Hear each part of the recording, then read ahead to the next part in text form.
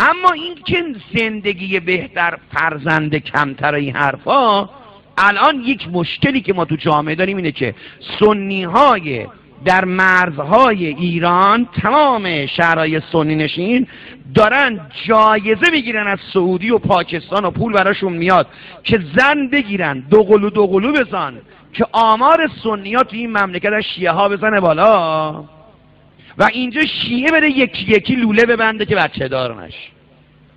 اگه قراره مملکت ایران جمعیتش بالا نره، تو این قصه باید مسئولین ما نامردی نکنن به حق علی بن ابی طالب، مرد باشن جلو سنی ها رو هم تو این مملکت بگیرن.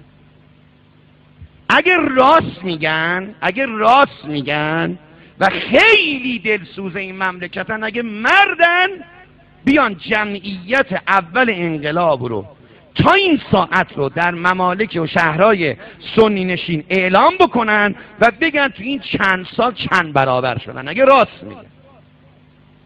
و چقدر شیعه رولولش رو بس و خودش رو عقیم کرد که از یه بچه 2 تا بچه بیشتر نداشته باشه. اینطوری نیست که شیعه بیاد جلو خودش رو بگیره سنی 10 تا بچه داشته باشه، در خونش که واز بشه یه لوده بیچه میروزه بیرون قد و نیم قد. خب بله، به اونا هم بگید آقا ما به 3مین اولادتون شناسنامه نمیدیم، حق رأی هم نداریم. ولی این که بدانی تا 5 سال دیگه اینطور که داره این مملکت جلو میره و این اتحادی که بین سنی ها هست و این اختلافی که بین شیعه ها هست متاسفانه و این بازیایی که ما سر هم دیگه داریم، تو رئیس جمهوریش رأی خواهن آورد، تو رأی جمع کردن تو انتخابات مجلسش همینطور، و این که برای که بدانید دنبال درس و بحث دارن میرن، دکتر مهندس دارن. ولی ما شیعه ها چی؟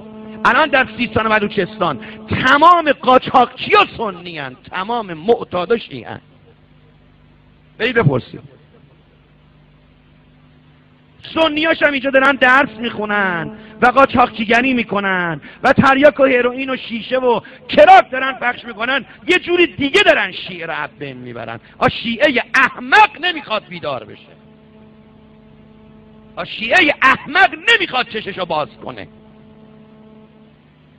که اگه ما رو با گوله بکشن بعد اینه که بچه‌مون بشه هروئینی. و هر جا آدم میزنه میگن خلاف وحدت صحبت نکنی. این دیگه چیکار داره به وحدت؟ وحدت میکنی. چماق وحدت رو تو سر من نمیخواد بزنی. من از تو بهتر میفهمم وحدت یعنی چه.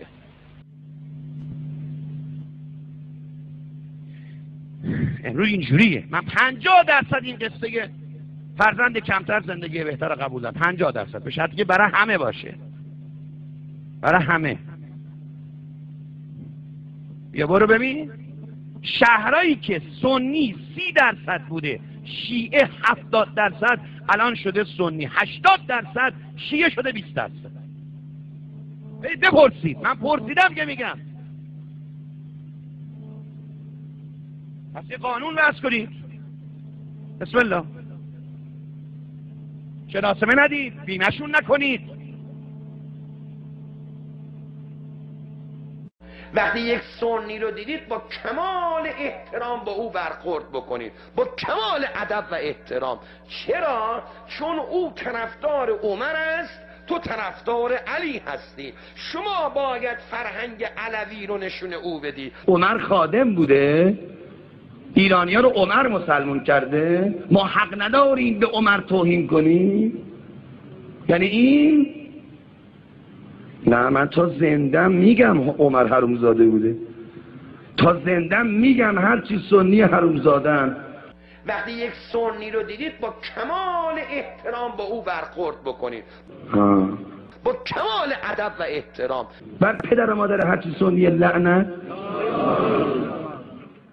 وقتی یک سنی رو دیدید با کمال احترام با او برخورد بکنید، با کمال ادب و احترام. هرچی سنی حرومزادن.